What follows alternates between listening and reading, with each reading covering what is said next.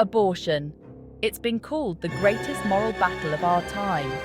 But what if I told you it was never really about morality at all? What if I told you it was a segregationist strategy? Buckle up, because the truth about abortion's political history is darker than you think. In the early 1970s, abortion was not a Republican or Democratic issue. In fact, many evangelical leaders supported it. Even the Southern Baptist Convention, yes, the same group leading the fight against abortion today, was pro-choice back then.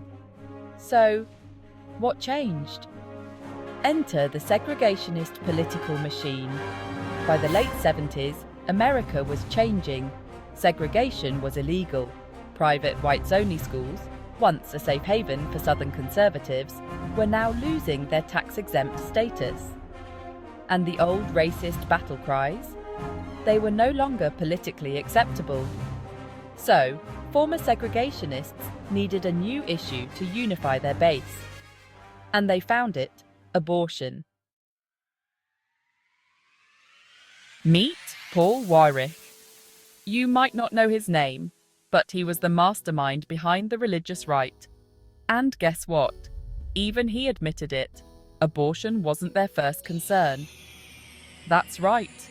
Abortion was chosen as a political tool to replace segregation. It wasn't about saving babies, it was about saving their voter base. Jerry Falwell, who had spent years defending segregated schools, suddenly became the face of the pro-life movement. In 1978, the political pivot was complete. The religious right dropped segregation as their battle cry and picked up abortion instead.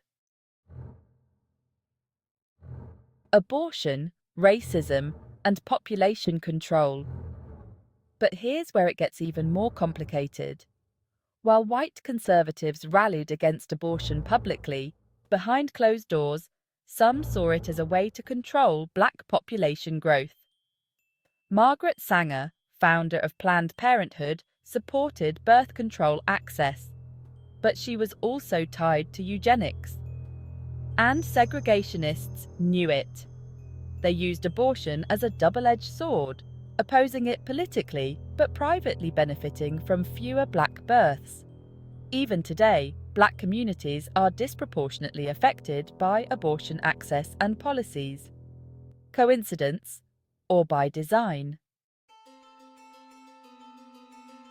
The legacy of a lie. So, let's recap.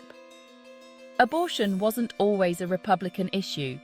The religious right didn't care about it until segregation became politically toxic in the late 70s. The same people fighting for family values today, they were fighting for segregated schools just a few years earlier. And the worst part? It worked. The conservative movement tricked millions into believing abortion was their moral crusade, when really it was just a political smokescreen. So ask yourself, who really benefits from the abortion debate? And what other moral battles are just political weapons in disguise? Did this blow your mind? Then hit like, share, and subscribe, because this is just the beginning. Drop a comment below. Was abortion really a moral issue? Or was it just another political game? Let's talk about it.